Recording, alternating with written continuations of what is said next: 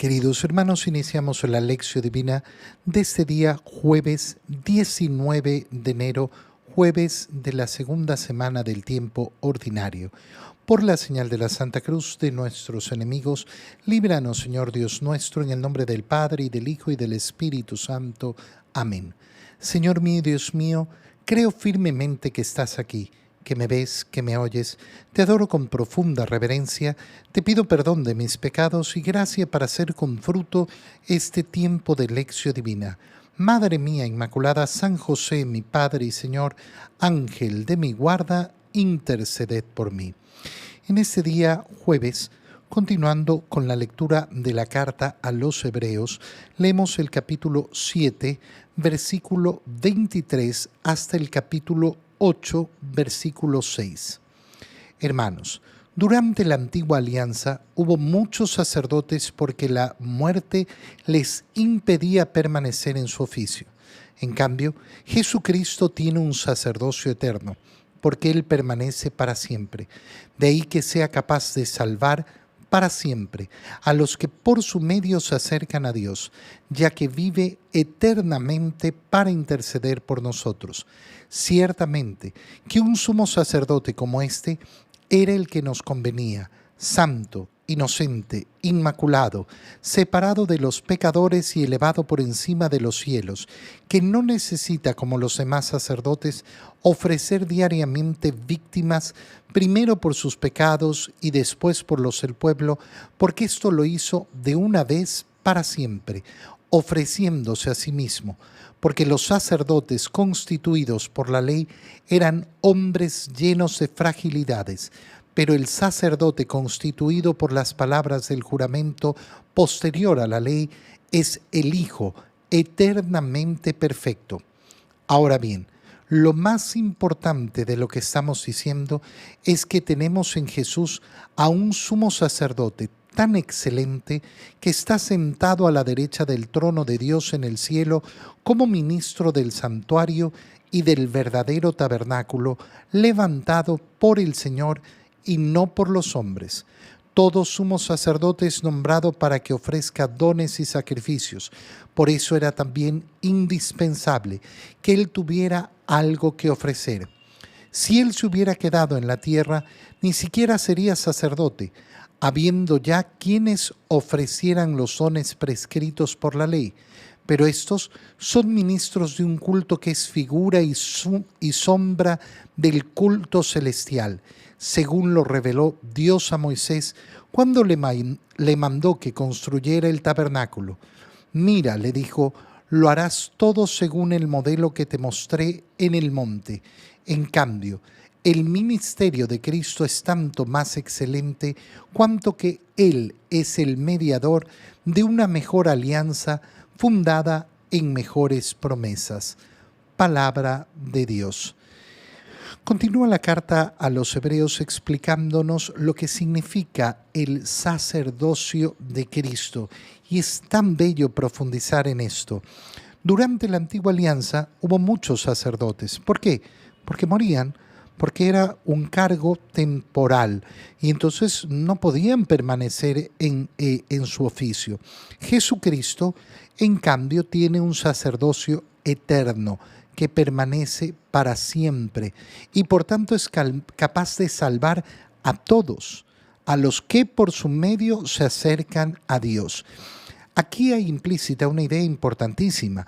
No existe otra salvación, sino por medio de Jesucristo. Incluso para aquellos que alcancen la salvación sin conocer a Cristo. Incluso para ellos nunca habrá una salvación que no pase por Jesucristo. No existe otro Salvador, no existe otro mediador entre Dios y los hombres. Siempre será por medio de Él. ¿Y por qué? Porque Él es el único que vive eternamente para interceder por nosotros. Esto era lo que nos convenía, no lo que merecíamos, porque si fuera por méritos, no podríamos hablar de que merecíamos a un sacerdote como Jesucristo. No, esto es lo que nos convenía, tener un sumo sacerdote santo, inocente, inmaculado, separado de los pecadores y elevado por encima de los cielos. Es decir, para que verdaderamente se produciera la salvación, lo que convenía era que esa salvación sea verdaderamente a la altura de Dios. Esto se basa en algo muy sencillo. ¿Qué podemos ofrecer nosotros por nuestra salvación? Yo le ofrezco mi vida al Señor. Imagínate, tu vida. Pero tu vida te la dio Dios. No le podrías ofrecer tu vida como intercambio por tus pecados, porque al final del día es lo que Él te ha dado. Por tanto, el hombre no tiene absolutamente nada que brindar a Dios como pago por sus pecados. Por eso convenía que efectivamente ese sacerdote que iba a interceder por nosotros fuera santo, inocente, inmaculado y separado de los pecadores. No necesita, como los demás sacerdotes, ofrecer diariamente víctimas, primero por sus pecados, después por los del pueblo. Esto lo hizo el Señor una vez para siempre.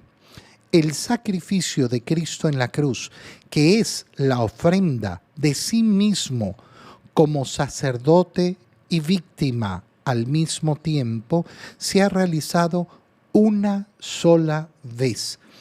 Cuando celebramos la Santa Misa, no estamos repitiendo el sacrificio de Cristo en la cruz. Estamos siendo llevados a Él, participando de ese único evento que es un evento eterno. De alguna manera podríamos decir que en la Santa Misa nosotros somos transportados al evento salvífico de Cristo. Participamos de ese único evento. No es que Cristo muera varias veces, no es que Cristo muera todos los días, no, eso no puede ocurrir. Somos nosotros los que entramos a participar de esa acción salvadora de Cristo. ¿Y cómo puede ser si fue un evento de hace 2000 años? Porque el que la realiza es verdadero Dios y verdadero hombre. Sus acciones humanas son acciones divinas y por tanto, por más que fueron llevadas a cabo en el tiempo, pertenecen a la eternidad de Dios. Por eso lo hizo una sola vez para siempre, ofreciéndose a sí mismo. Los sacerdotes constituidos por la ley, se refiere a los sacerdotes de la antigua alianza, eran en cambio hombres llenos de fragilidades. Pero el sacerdote constituido por las palabras del juramento posterior a la ley es el Hijo eternamente perfecto. Por eso es que la configuración que nosotros tenemos con Cristo, sumo sacerdote, es esa, establecida en Él, solo en Él. Él es el verdadero sacerdote que ha querido participarnos su sacerdocio, pero no nos pertenece a nosotros. No nos pertenece a nosotros como bautizados, para todos los bautizados, y no nos pertenece a nosotros como aquellos que hemos recibido el orden sacerdotal. El único sacerdocio le pertenece a Él. Por eso es que un sacerdote no puede hacer lo que le dé la gana. Ay, yo quiero celebrar la misa de modo distinto, a mi modo. ¿Qué estás ofreciendo entonces? Tu salvación. Pero si la gente no necesita la salvación que le ofreces tú, la gente lo que necesita es la salvación que ofrece Cristo, que es la única verdadera. Lo más importante de esto, dice la carta a los Hebreos, es que tenemos en Jesús un sumo sacerdote tan excelente, que está sentado a la derecha del trono de Dios, y el verdadero sacerdote en el verdadero santuario, en el verdadero tabernáculo, levantado por el Señor y no por los hombres. Es decir, tenemos un sacerdote perfecto. Todo sumo sacerdote es nombrado para que ofrezca dones y sacrificios. y por eso también indispensable que Él tuviera algo que ofrecer. ¿Qué es lo que ha ofrecido Cristo?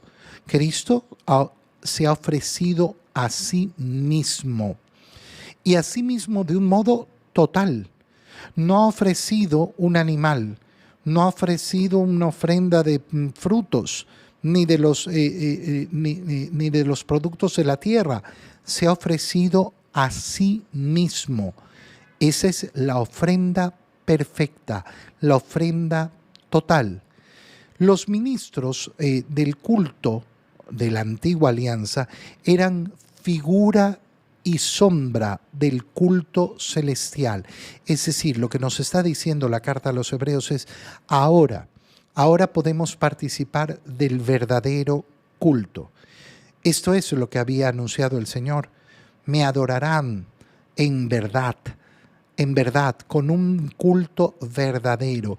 El culto ya no terrestre, sino el culto celestial. Por eso es que participamos de ese culto y nos unimos al coro de los ángeles para justamente participar no del culto que nosotros queremos, sino del mismo culto del cielo, el que nos ha dado el Señor.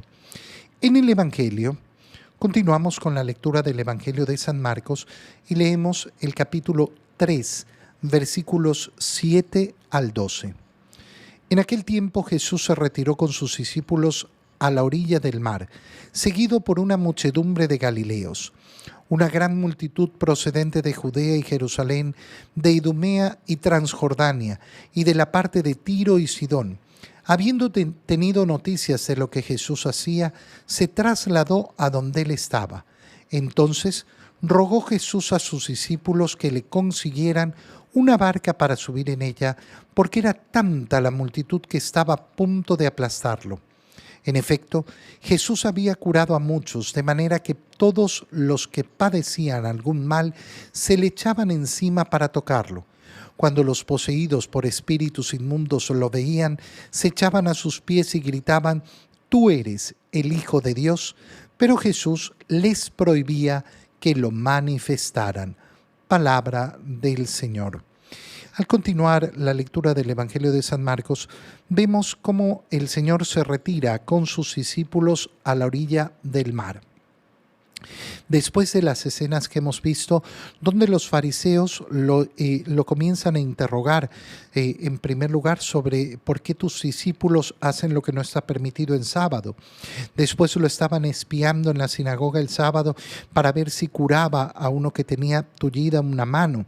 Y ahora el Señor se retira. ¿Por qué? Porque esos fariseos se han ido a juntar con los del partido de Herodes para matar al Señor, porque eso es lo que quieren hacer. Pero el Señor es seguido por una muchedumbre de Galileos, una gran multitud procedente de Judea y Jerusalén, de Idumea y Transjordania y de la parte de Tiro y Sidón. Teniendo noticias de lo que Jesús hacía, se trasladó donde él estaba. El Señor se aleja a la orilla, seguido por unos galileos, pero llega una muchedumbre de todas partes. ¿Por qué? Porque querían estar junto al Señor, porque habían escuchado, habían tenido noticias de lo que Jesús hacía. ¿Qué hace el Señor? Rogó a sus discípulos que le consiguieran una barca para subir en ella. Tiene que subir en una barca, ¿por qué? Porque es tanta la multitud que estaban a punto de aplastarlo. Qué bonita escena es ver efectivamente ese deseo de estar cerca del Señor, de acercarse al Señor. Y cómo el Señor no esquiva, sino que busca cómo lograr mantener la cercanía a pesar de estar en una situación difícil. Oye, el Señor podía haber agarrado y haber dicho: "No, consigamos una barca y me largo de aquí". Pero no quiere una barca para largarse de ahí. Quiere una barca para poder subir y poder seguir enseñando, poder seguir estando junto a esa multitud que estaba a punto de aplastarlo. Jesús, nos dice el Evangelio, había curado a muchos, de manera que todos los que padecían algún mal se echaban encima para tocarlo, la necesidad de la sanación que ofrece el Señor y que hoy tenemos que seguir buscando. Sanación física, sí, cuando hay las enfermedades uno busca al Señor, pero sobre todo esa sanación espiritual que es tan profunda y tan necesaria. Hay tantos traumas, tantos dolores del alma, tantas heridas acumuladas a lo largo de la vida y hay que buscar al Señor para sanarlas. A veces andamos buscando cualquier cosa que nos ofrezca sanación. Hermanos, es tan sencillo como acercarse al Señor y pedirle: sáname, sáname.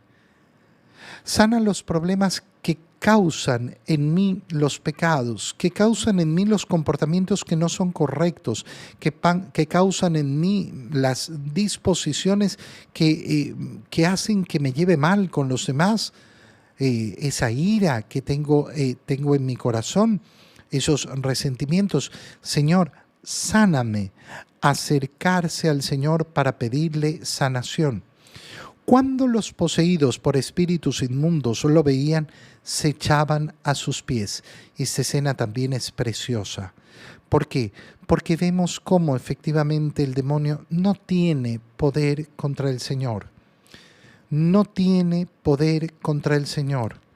¿Cuántas personas andan preocupadas a veces? Ay, es que el demonio, el demonio, el demonio. Acércate a Jesús. Ten cerca al Señor. Vive verdaderamente cerca del Señor. El demonio no resiste la cercanía con Jesús. Se echa a sus pies. Y gritaban: tú eres el Hijo de Dios. Saben quién es Jesús. Pero Jesús les prohibía que lo manifestaran. ¿Por qué? ¿Por qué le prohíbe a los demonios manifestar quién es Él?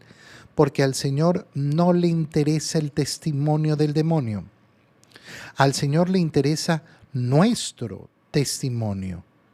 El testimonio que tú y yo podemos dar del Señor. Al Señor le interesa que nos acerquemos y lo reconozcamos. ¿Cómo lo reconocemos? Bueno, ya lo estamos diciendo. Un modo de reconocer al Señor es justamente acercarnos a Él para pedir esa sanación que necesitamos. Oye, son tantos los que a veces andan con curiosidades malsanas sobre el demonio. Ay, es que el demonio, el demonio, el demonio. Acércate y conoce a Jesús. Acércate y conoce a Jesús. No necesito conocer lo oscuro, no necesito conocer al demonio, es para defenderme, no necesito hacer ninguna tontería. Lo que necesito es siempre estar más cerca de Jesús.